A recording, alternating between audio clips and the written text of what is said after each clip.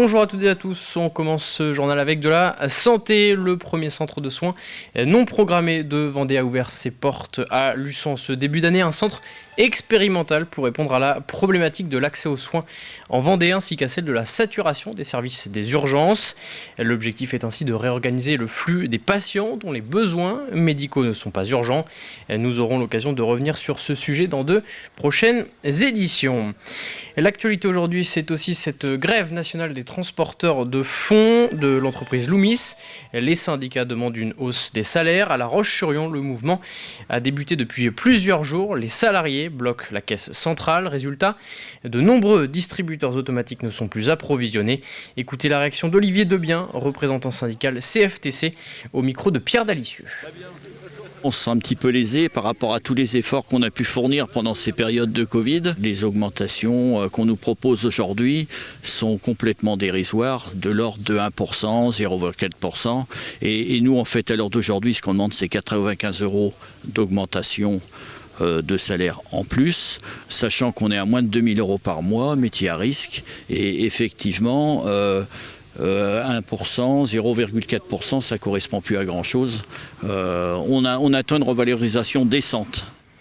Une grève qui devrait encore continuer dans les prochains jours selon les syndicats. En bref, dans le reste de l'actualité, les municipalités de La Roche-sur-Yon et des Sables-d'Olonne en colère contre Orange. En cause le déploiement tardif de la fibre optique et les retards constatés sur le calendrier initial.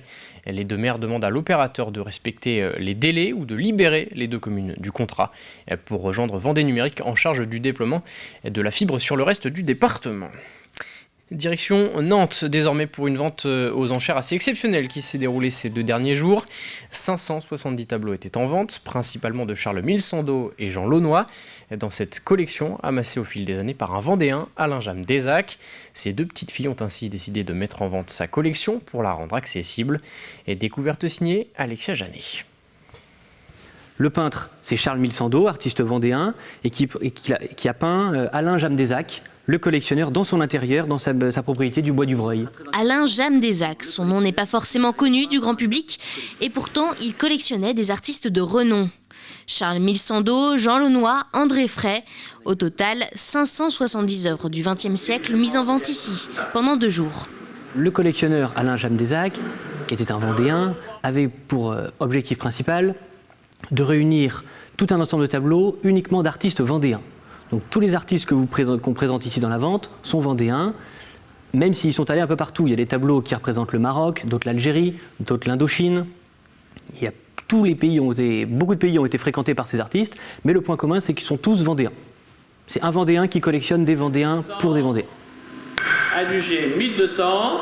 Une collection exceptionnelle qui a attiré pour ce premier jour de vente près de 650 enchérisseurs potentiels et plus de 21 nationalités différentes.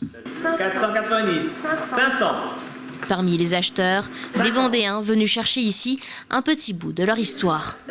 Alors en ce qui me concerne, ma grand-mère était donc de Soulan et était née Milsando. Donc on a au début acheté le portrait d'une maraîchine parce qu'on s'est dit si on ne sauve rien, on aura au moins cela. Tous les autres qu'on voulait, ça grimpait quoi. Et parmi ceux qui ont fait monter les enchères, le musée Charles Milsando de Soulan. L'établissement a fait appel au droit de préemption à 12 reprises pour acquérir près de la moitié des œuvres signées Milsando. Il y avait une 50aine d'œuvres en vente, on en a acquis une 20aine. Le musée fête ses 40 ans aujourd'hui, il a été inauguré en 1982 et donc on va proposer une année un petit peu spéciale autour de cet anniversaire. Et donc on espère pouvoir valoriser ces acquisitions aujourd'hui au sein du musée dès cette année. C'est de notre compétence et de notre rôle aujourd'hui de retranscrire un petit peu cette vision qu'ils avaient de notre territoire. Et je pense que c'est important et vous faites bien de poser la question puisque aujourd'hui on a en Vendée, vous le savez bien, on est riche d'artistes comme Milsando et bien d'autres. À la fin de la première journée de vente, le commissaire-priseur s'estime satisfait puisque 94% des œuvres ont été vendues. Pour terminer ce journal, partons à la rencontre d'Alain Ardouin. Pendant 20 ans, cet ancien gérant d'un magasin audiovisuel s'est occupé de l'éclairage de l'église de Saint-Michel-en-Lerme et réalisant également des spectacles nocturnes pour la commune pendant 10 ans. Aujourd'hui à la retraite, il continue de vivre sa passion en élaborant un spectacle de son et lumière pour ses petits-enfants autour de la crèche. La cathédrale Notre-Dame de Paris était à l'honneur cette année. Rencontre signée Cyril Guillet.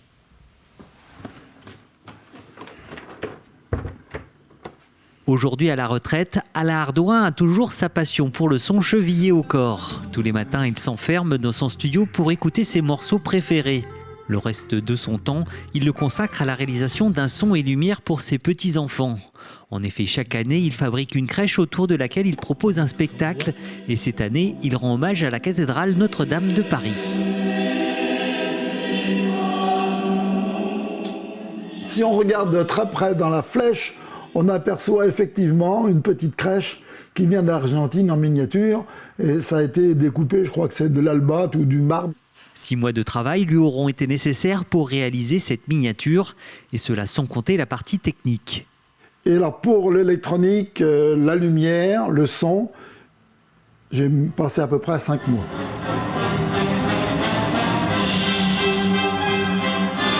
D'énormes nuages de fumée grise s'élèvent et envahissent le ciel.